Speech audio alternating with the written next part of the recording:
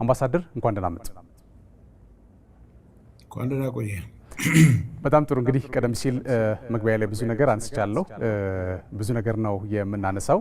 እንደው እንደ መነሻ እንዲሆነን የመጀመሪያ ጉዳይ እንድናደርገው የፈለኩት በተለይ የፕሪቶሪያው ስምምነት ተከትሎ በትግራይ የሰላም አየር ለመተንፈስ የበቃው የትግራይ ሕዝብ ብዙም ሳይቆይ ያለ ጦርነት መኖር ራስን በራስ እንደማጥፋት ነው ብሎ የሚያምነው ህወሓት ስምምነቱን በግላጭ ጥሷል።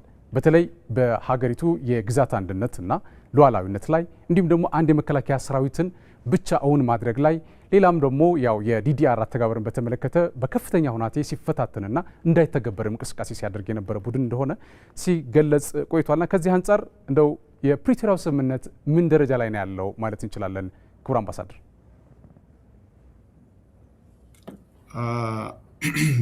የፕሪቶሪያ ስምምነት ለኢትዮጵያ ከሆነ የሰላም ጮራ ያፈነጠቀ ስምምነት ነው የነበረው። ቲፒኤልኤፍ የፕሪቶሪያ ስምምነት እንዲፈረም ሁለት ተደራዳሪዎችን በሚበት ጊዜ ሶስተኛውን ውጊያ ጀምሮ ነበርና በዛ በውጊያው ከፍተኛ የሆነ ጥቃት ስለደረሰበት በኤኒ ሚንስ ወይም ደግሞ በጣም በተፋጠነ ሁኔታ ይሄ ሲስፋየር እንዲደረግ ከዛ በኋላ ስምምነቱ እንዲቀጥል ከዚህ ከደብረጽዮን ግሩተኛ የሆነ ጭቅጭቅ እንደነበረ አቶ ጌታቸው ረዳ በተለያየ ጊዜ ለሚዲያው ገልጸዋል።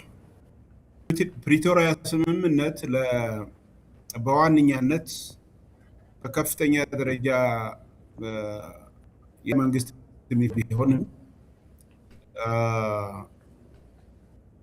ቲፒኤልኤፍ ግን እኔን ከሞት ያድነኛል ብሎ በፍጥነት ይሄ የፕሪቶሪያ ስምምነት እንዲፈረም እነ አቶ ጌታቸው ረዳን ሲጨቀጭቅ እንደነበረ እሳቸው በተለያዩ ሚዲያዎች ኢንተርቪው ሲያደርጉ ሰምተናል። ስለዚህ የፕሪቶሪያ ስምምነት በዋነኛነት ቲፒኤልኤፍ ትክክለኛ ለሰላም የቆመ ቢሆን ኖሮ ለትግራይ ሕዝብ ለቀጠናውም በአጠቃላይ ለኢትዮጵያ ፍቱን መድኃኒት ነበር እና ይሄ አልሆነም።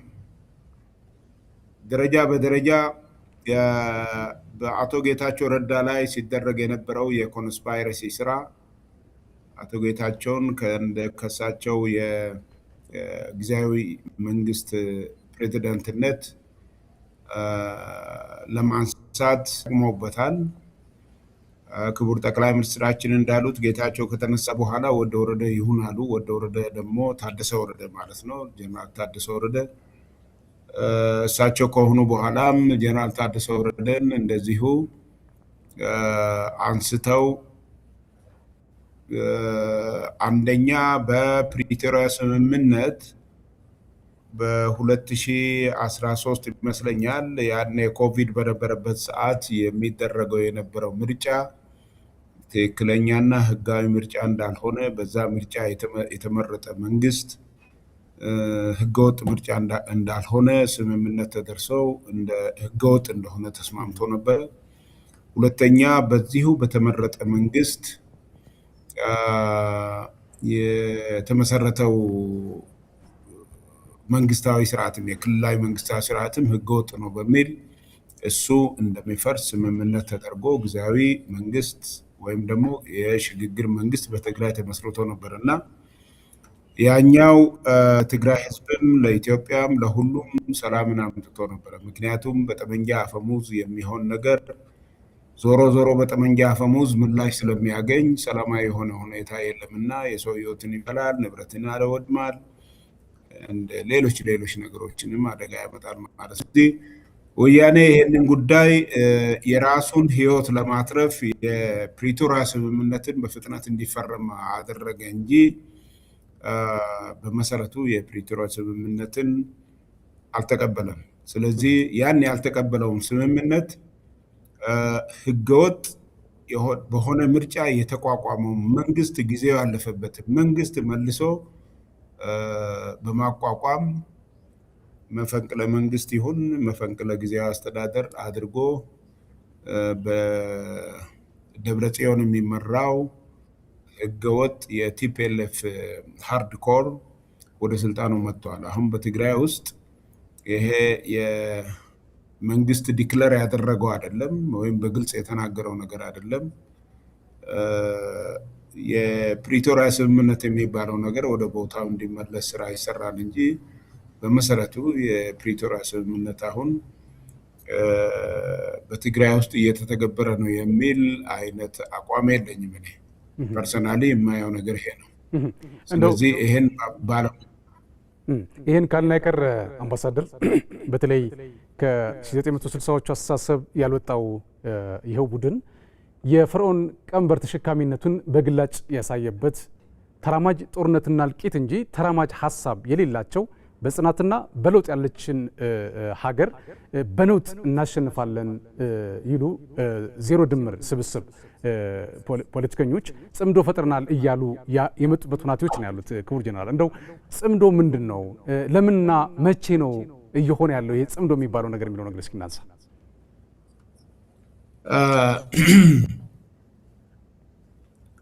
ጽምዶ የሚባለው የትግርኛ በአማርኛው ቃንጃ ነው እና ጽምዶ የሚባለው ሊትራሊ ምን ማለት ነው የሚለውን ነገር ቋንቋችንን ትርጉም ለመስጠት ጽምዶ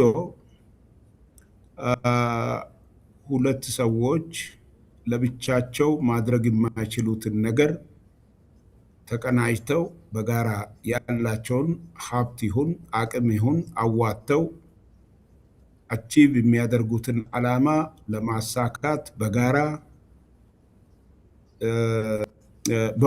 የሚያደርጉት ነገር ነው ማለት ነው። ይህንን በጥሩ ምሳሌ ለመግለጽ በሀገራችን የሚታወቅ ለምሳሌ ያክል እቁብ አለ። እቁብን ውስጥ የእቁቡ ዋጋ ወይም አንድ ዕጣ 100 ብር ቢሆን አንድ ሰው በሳምንት 50 ብር ማዋጣት የሚችል ከሆነ ከዛ በላይ ማይችል 100 ብር ማዋጣት ማይችል ከሆነ ሌላም እንደዚሁ 50 ብር ማዋጣት እንጂ 100 ብር ማዋጣት ማይችል ሁለቱ በጋራ የሆኑና 50-50 አዋጥተው በቃንጃ ያንን እቁብ ይገባሉ። የራሳቸውን 50-50 አጣምረው ማለት ነው። ከዛ ውጪ በሀገራችን ባለ የእርሻ ሁኔታ ደግሞ ሁለት ገበሬዎች አንዳንድ በሬ ያላቸው እነዛ ሁለቱን በሬዎች በጋራ ወደ ጋራ በማምጣት አንድ ጥማድ በሬ በማድረግ አጣምረው በቃንጃ ያንን እርሻ አንድ ወቅት ላይ የአንዱን በሬ ባለቤት እርሻ ያርሳሉ፣ በሌላ ጊዜ ደግሞ የሌላውን በሬ ባለቤት እርሻ ያርሳሉ። ጽምዶ የሚባለው የትግርኛ ቋንቋ ያው ቋንቋ ነው፣ ቃል ነው። ቃሉ ደግሞ አተገባበሩ ይሄ ነው። ይሄንን አሁን በኢትዮጵያ የፖለቲካ ሁኔታ የኢትዮጵያ አሁን ጽምዶ ብሎ የመሰረቱት ወያኔና ሻዕቢያ ምንድን ነው? ምን አተው ነው? ምን ጎሏቸው ነው እነሱ ጽምዶን የፈጠሩ የሚል ነገር ማየት ተገቢ ነው የሚሆነው። ወያኔ ለብቻው ሻዕቢያም ለብቻው ምናልባትም ሁለቱም በጋራ ሆነው የኢትዮጵያ መንግስትን ችግር ውስጥ ለመክተት ቢፈልጉ አይችሉም። ለማንኛውም ግን ሁለቱም የኢትዮጵያ መንግስትን ለብቻ የሆነ ወታደራዊ ሁኔታም ይሁን ሌሎች ነገሮችን በመፍጠር መንግስትን የመቀየር ይሁን ኢትዮጵያን የመበተን ባር መበተን ያን መፈጸም ስለማይችሉ መጣመር አስፈላጊ ሆነ። ሁለት የተለያየ አስተሳሰብ ያላቸው ናቸው ጽምዶን የፈጠሩት። ቅድም ያልኩ ሁለት ተመሳሳይ የሆነ አስተሳሰብ ያላቸው ጽምዶን የሚፈጥሩት በእቁቡም በእርሻውም ነግሬሃለሁና አሁን በኤርትራ መንግስት እና በወያኔ መካከል የተለያየ ሀሳብ ይዞ ነው ይሄንን ጽምዶ የፈጠሩት። የወያኔ ጽምዶን የመፍጠር ፍላጎት ከፍተኛ የሆነ ሰራዊት ይዞ ደብረሲና በደረሱበት ሰዓት ከደብረሲና ለመድረስ ይሄን አስታውሳለሁ አረጀባቸው ከቆቦ እስከ ደብረሲና። ከዛ በተረፈ እንደገና ከደብረሲና ደግሞ ተመክተው ስንመልሳቸው ቆቦ ለመድረስ 13 ቀን ነው የፈጀባቸው። ስለዚህ አሁን ወያኔ የኢትዮጵያ ፌዴራል መንግስትን መቋቋም አይችልም ብቻውን። ምክንያቱም መጀመሪያውኑ ጦርነቱ ሲጀምር የፌዴራል መንግስቱን በተለያዩ የሱፐር ኢጎ ወይም ደግሞ የነሱን አቅም በሚገባ እንደ ወታደር ገምግሞ ሳይሆን አዲስ የተመሰረተ መንግስት ስለሆነ በቀላሉ ልንጥለው እንችላለን ብለን ነው ያን ሁሉ ጦርነት አውጆ የሰሜን እዝን በተኙበት አርደው ከዛ በኋላ የጀመሩት። ከአላማጣ እስከ ደብረሲና ድረስ እንደ ረጅም ዘንዶ ተደርጎ ከደጀናቸው መጨረሻ ላይ ተመትተው ወጥተዋል። ወያኔ ከዚህ በኋላ የኢትዮጵያ መንግስትን የፌዴራል መንግስቱን መገዳደር አይችልም በምንም መልኩ። በዚህ መሰረት እኛ እነሱ እንደሚሉት ወያኔ እንደሚለው ማለት ነው አሁን የዚህ የፕሪቶሪያ ስምምነቱን መሳሪያ ማስከበር፣ በዲዲአር ሰራዊቱበት መመለስ፣ ጊዜያዊ መንግስት ማድረግ፣ ከዛ በኋላ ከተለያዩ ቆይታ በኋላ ምርጫ ተደርጎ የመንግስት መመስረት የሚባለውን ነገር አሁን እንደገና ወያኔ ወደ ሲና ለመድረስ በሚገሰግስበት ጊዜ አንድ ያላስታወሰው ነገር ማንም በስልጣን ያለ የኢትዮጵያ መንግስት ወያኔን ከስልጣን ወይም ኢህአዴግ የሚባለውን ከስልጣን ያባረረ የለም። መላ የኢትዮጵያ ህዝብ በተለይም በኦሮሚያ ውስጥ የተጀመረው ህዝባዊ ንቅናቄ ነው ወያኔን ከስልጣን ያባረረው። ስለዚህ ይሄ ከስልጣን የተነሳው የወያኔ ሃርድኮር ወደ ስልጣን ለመመለስ ይሁን አዲስ አበባ ለመግባት ደብረሲና ደርሰዋል፣ ግን አልቻለም፣ ተመለሰ። ቢገባም ደብረሲና የሚቆይ አይደለም፣ ተመሳሳይ ነገር ስለሚገጥመው ማለት ነው። ስለዚህ ወያኔ ራሱን ለማትረፍና ህይወቱን ለማራዘም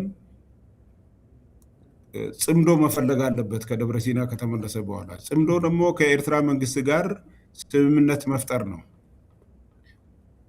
በሌላ በኩል የኤርትራ መንግስት ደግሞ በመሰረቱ ከኢትዮጵያ መንግስት ጋር ግጭትን የፈጠረው ለምንድን ነው?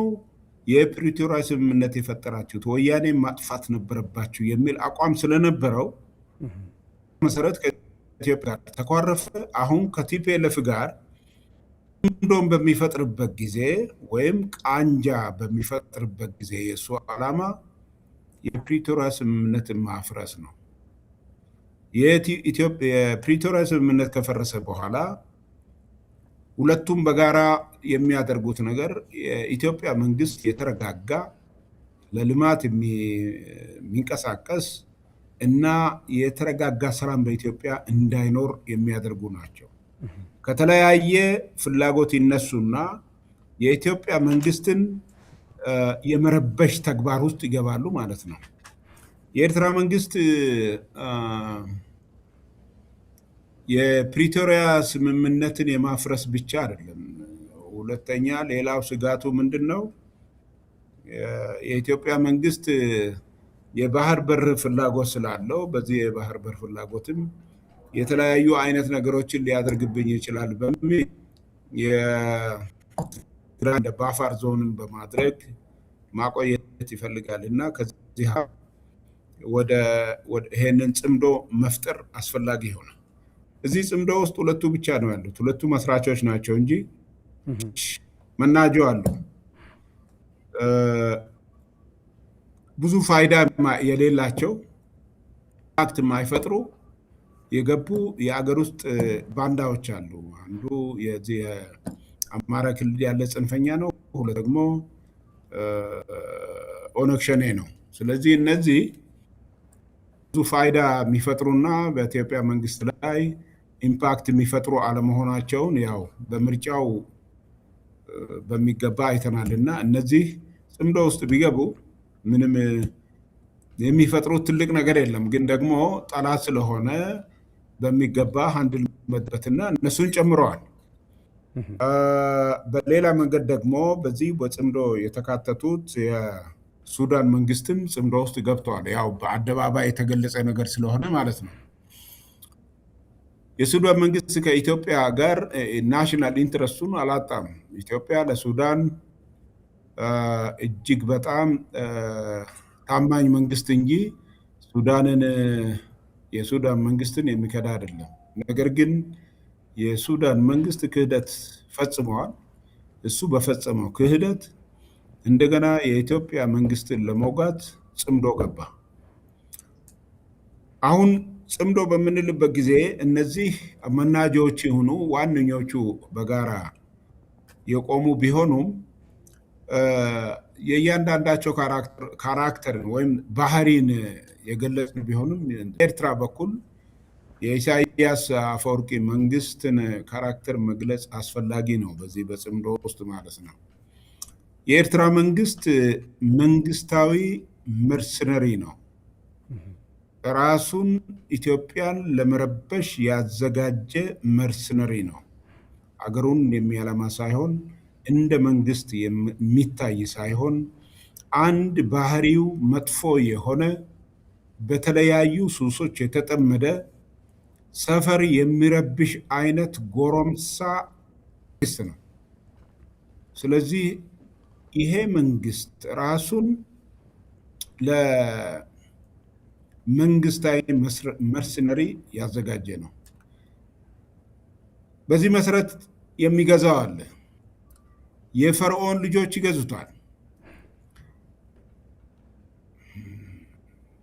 ምናልባትም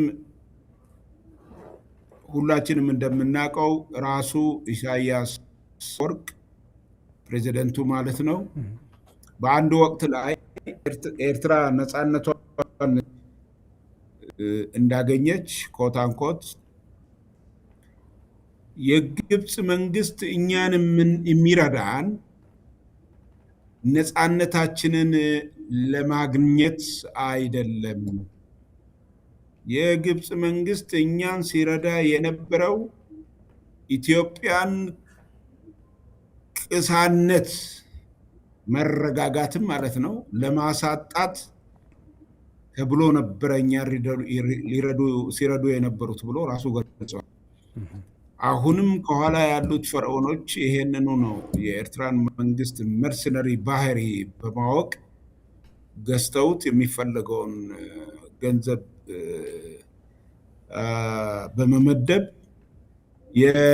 የዚህኑ ኢትዮጵያን እንዳትረጋጋ የማድረግ ተግባር የሚፈጽሙት። ኢትዮጵያን እንዳትረጋጋ የማድረጉ ጉዳይ የፈለገ ያክል ቢሄድ ኢትዮጵያን ግን ማፍረስና መበተን አይችሉም። ምክንያቱም ኢትዮጵያ የተመሰረተችው በህዝቦቿ መዋሰብና መጋመድ ስለሆነ ማለት ነው። ስለዚህ ጽምዶ የሚባለው ነገር ሊትራሊ ትርጉሙ ይሄ ነው። ከዛ በተረፈ አሁን በጽምዶ የገቡ ሰዎች የኢትዮጵያን ጥንካሬ የኢትዮጵያ መንግስት አሁን የሚሄድበት መንገድ የዚህ የፈርዖኖችን ፍላጎት ችግር ውስጥ ይከታል ከሚል አኳያ ተነስተው ችግር ሊፈጥሩብን ሞክረዋል ማለት ነው። ይሄ ችግር ሊፈጥሩብን የሚያደርጉት ነገር ሊቀጥል ይችላል። በአጠቃላይ በዚህ በጽምዶ ላይ ያለኝ ሀሳብ ይሄ ነው። በጣም ጥሩ አምባሳደር። እንግዲህ ይህ ቡድን ሌላው ቢቀር በመከላከያ ሰራዊት የፈጸመው ክህደትና በተለይ ደግሞ በማይካድራ የፈጸመው ግፍ ከአእምሮ በላይ እንደሆነ ይታወቃል። ያው እርሶም በወቅቱ ስለነበሩበት ማለት ነው። እንግዲህ ይህ ሳይበቃው ወደ ተመሰረተበት ማንነቱና ለዚህ ያበቃው የሴራ ፖለቲካ አካል የሆነ ህገወጥ አዋጅ አውጥቶ የትግራይ ህዝብን ለማስጨረስ የሚያስችለው ሰነድ አዘጋጅቶ ወደ ትግበራ ገብቻለሁ እያለ የመጣበት ሁኔታ ያለ እንግዲህ አምባሳደር እንደሚያውቁትም እንደሚሰሙትም ማለት ነው። አንዳንዶቹ ቀድሞ ማለት ነው ማለት ይሄ አዋጅ ከመውጣቱ በፊት የክስ መዝገብ አዘጋጅቶላቸው ተጠያቂ ለማድረግ ዝግጅት እያደረገ እንደነበረ በተለይ ደግሞ በዚህ ሙያ ላይ የተሰማሩ አንዳንድ የህግ ሰዎችና ሙያተኞች ከዛው ከስፍራ የላኩልን መረጃ ያመለክታልና እንደው እናቶችን እያሰረ ወጣቶችን እያፈሰ ያለበት ሁኔታ እንዳለም አሁን እየተሰማ የመጣበት ሁኔታ ያለና አምባሳደር አሁን አወጣሁት የሚለው አዋጅና ህወሓት ምንና ምን ናቸው? አዋጅ ማውጣት ለምን የሚለው ነገር እስኪ እንየው አምባሳደር።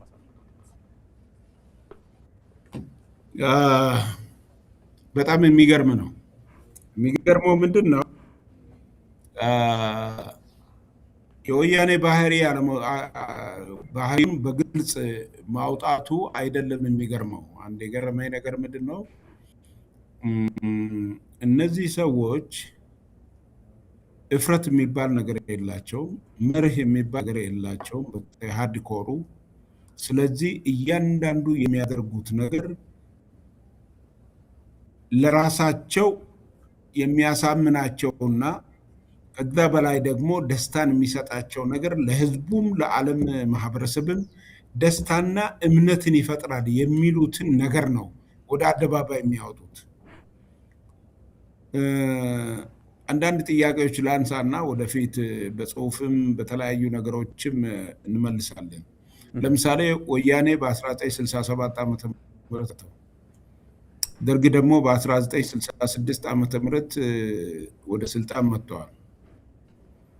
ኃይለሥላሴ በ1967 ዓመተ ምህረት መስከረም 2 ቀን ነው ከስልጣን የወረዱት እና ቲፒኤልኤፍ ደግሞ በ1967 ዓመተ ምህረት ህዳር 11 ቀን በደደቢት ትግል ጀመሩ። ምንድን ነው ትግሉ? ምንም መሰረት ያደረገ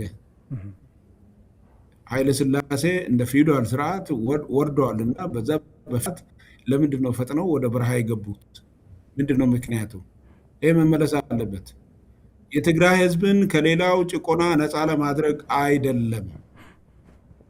በየት ነው የሚለውን ነገር ወደፊት በደንብ አድርገን ተመራምረን ሌሎች ነገሮችን ማስረጃ በጽሁፍ እናቀርባለን። አንዱ ይሄ ነው። ሁለተኛ ነገር ወያኔ በባህሪው እንግዲህ ወያኔ በምልበት ጊዜ ስድብ አይደለም። የራሳቸው ወያኔ ሓርነት ትግራይ ይባላል። ከዛ በተረፈ ኤልኤፍ ይባላል፣ ትግራይ ሊበሬሽን ፍሮንት። ስለዚህ ዓለም የፖለቲካ ፓርቲ ስም ያለው ቲፒኤልኤፍ ብቻ ነው፣ ወያኔ ብቻ ነው። በአማርኛ ትህነግ ይባላል። ስለዚህ ይሄን ስታይ 3 ስም ነው ያለው እና ወያኔ የሚለው ነገርም እነሱም ስማቸው ስለሆነ በዚህ መሰረት ወያኔ እያልኩ በአጭሩ ይሄዳለሁ እና እነዚህ ሰዎች በባህሪያቸው ገለው ያለቅሳሉ፣ ሰርቀው ሌባ ይፈልጉ፣ ዋሽተው ውሸታምን የሚፈልጉ ሰዎች ናቸው። ዛሬ ገለጹት ወይም ደግሞ ያወጁት የነጋሪት ጋዜጣ የሚባለው ምናልባት በ67 ዓመተ ምህረት 66 ዓመተ ምህረት የተወሰኑ ወራቶችን ቆይቶ ደርግ ስልጣን በወጣበት ጊዜ መሰብሰብ፣ አጀት፣ መቃወም፣ ሰላማዊ ሰልፍ ማድረግ የመሳሰሉት ነገር አውጆ ነበረ። ዴሞክራሲ የሚባሉት የዴሞክራሲ አንዱ ምሰሶ ስለሆነ ማለት ነው። ወያኔ ወደ ስልጣን በመጣበት ጊዜ ይሄንን ደርግ የያዘውን ባህሪን ይዞ መጥቶ ግን ደግሞ ችግር ካልፈጠረበት የሚደራጁ የፖለቲካ ፓርቲዎች አጃቢዎቹ ናቸውና ምንም የሚያደርጉት ነገር የለም በሚል ተቀብሏቸዋል። ከዚህ አኳያ አንድ ታሪክ የማይረሳው በዛን ወቅት ላይ በስብሰባው የተሳተፉ ሰዎች ወይም ደግሞ ካድሬዎች የሚመሰክሩት በ1989 ይሁን እንደዚህ አካባቢ በትክክል ማላስታውሰው ታጠቅ ላይ ካድሬ ኮርስ ነበረ በዛ በካድሬ ኮርስ አንድ ጥያቄ ቀረበላቸው ለካድሬዎቹ። የፖለቲካ ፓርቲዎች አሁን ኢትዮጵያ ውስጥ ያሉት የፖለቲካ ፓርቲዎች በምርጫ ቢያሸንፉ ስልጣን እናስረክባለን ወይስ አናስረክብ የሚል ጥያቄ ተነሳላቸው። ከዛ በኋላ ይሄን ሄዳችሁ በግሩፕ ተወያዩበት ተብሎ ሁሉም በቡድን ሲወያይበት ገሚሶቹ በፍጹም አያሸንፉም፣ የሚያሸንፉ ከሆነም የአጭበርብሮ ነው የሚል መጣ። ሌሎች ደግሞ አያሸንፉም ተባለ። ገሚሱ ደግሞ ካሸነፉ ስልጣን እናስረክባለን ብሎ ወደ መድረኩ ይመለሱ እና መድረኩን ሲመሩ የነበሩ ሰዎች አውቃቸዋለሁ፣ ስማቸውን አሁን አላነሳም። እነሱም እንደኔ ምስክር ሊሆኑ ማለት ነው። ትላልቅ የድርጅት መሪዎች ናቸውና ደን ከዛ በኋላ የተመለሰላቸው መልስ ምንድን ነው? እነዚህ የፖለቲካ ፓርቲዎች ከምዕራባውያን ጋር የሚገናኙ በመሆናቸው ኢትዮጵያን የሚበትኑ ስለሆነ ሲያሸንፉ ቢውሉ ስልጣን አናስረክብም ተብሎ ነው ለካድሬው ስልጠና የተሰጠው በዛን ወቅት ላይ። ስለዚህ ይሄን አውቃችሁ ነው መስራት ያለባችሁ ነው የተባለው።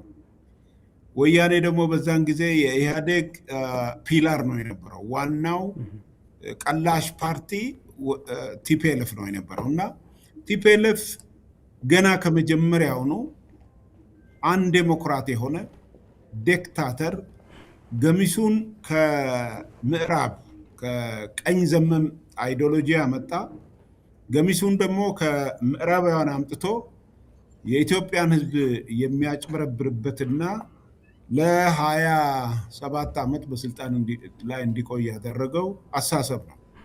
አሁን ያወጀው አዋጅ ሌላ ነገር የለውም፣ ከዛ ባህሪው የተነሳ ነው። ወያኔ ዴሞክራት ቢሆን ኖሮ የኤርትራ መንግስት በ1991 በፈረንጆች ወደ ስልጣን ከመጣ በኋላ የሳዋ ስልጠናን ለማውጣት 17 ፔጅ ያለው የዚህ አይነት አዋጅ አውጥተዋል።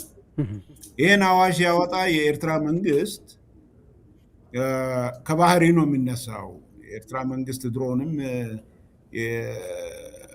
ምንድነው ቲፒኤልኤፍ ወይም ደግሞ ህዝባዊ ግንባር ሲመሰረትም ከአማ ነው የተመሰረተው፣ ከኢኤልኤፍ ነው የተመሰረተው። ከኢኤልኤፍ ሲመሰረትም